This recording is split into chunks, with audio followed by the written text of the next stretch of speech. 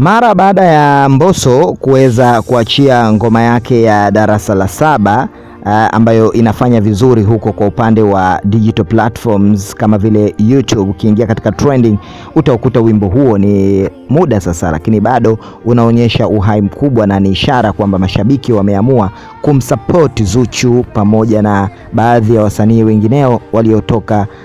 kwenye mikono ya Diamond Platnumz, ndo hawa pia wakina Mbosso na wengineo wengi. Sasa kwa upande wa Mbosso naweza nikasema kwamba ni miongoni mwa wasanii ambao wamefanikiwa sana, na kwa sababu ambayo watu wengi wamekuwa wakizungumza na kuielezea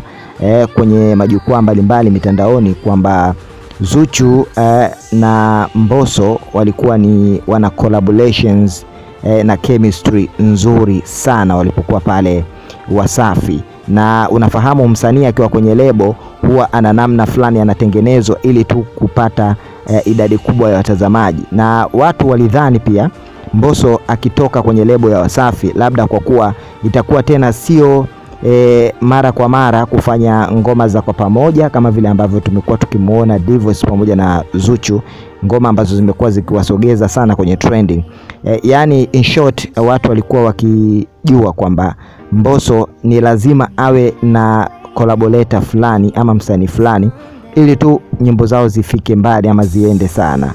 lakini Mbosso amewaprove long watu na kuambia kwamba hata kama akiweza kuachia ngoma zake mwenyewe zina uwezo wa kwenda kwa upana zaidi. Mbosso maneno haya ameyaweka kwenye mfumo wa vitendo, hakuzungumza mdomoni moja kwa moja, bali ametaka kuonesha mashabiki kwamba yeye ana uwezo kiasi gani, ana timu bora, ni ubunifu uliojaa pale Can Music pamoja na teamwork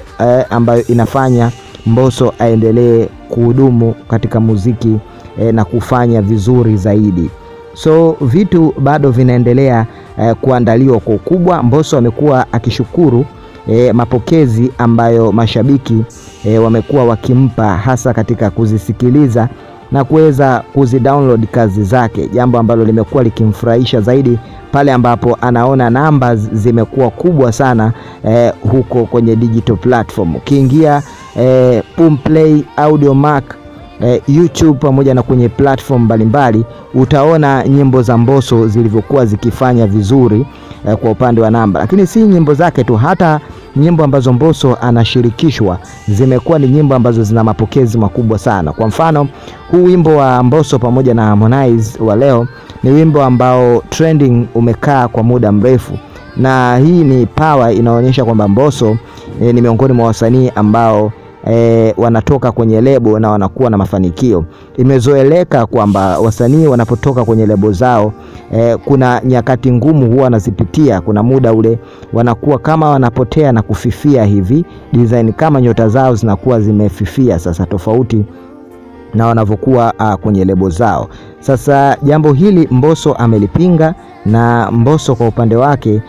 tunamweka katika kundi la wasanii wachache ambao wametoka kwenye lebo wakiwa na mikakati madhubuti ya kujua ni nini ambacho wanaenda kufanya na hawawezi kupotea kwenye muziki.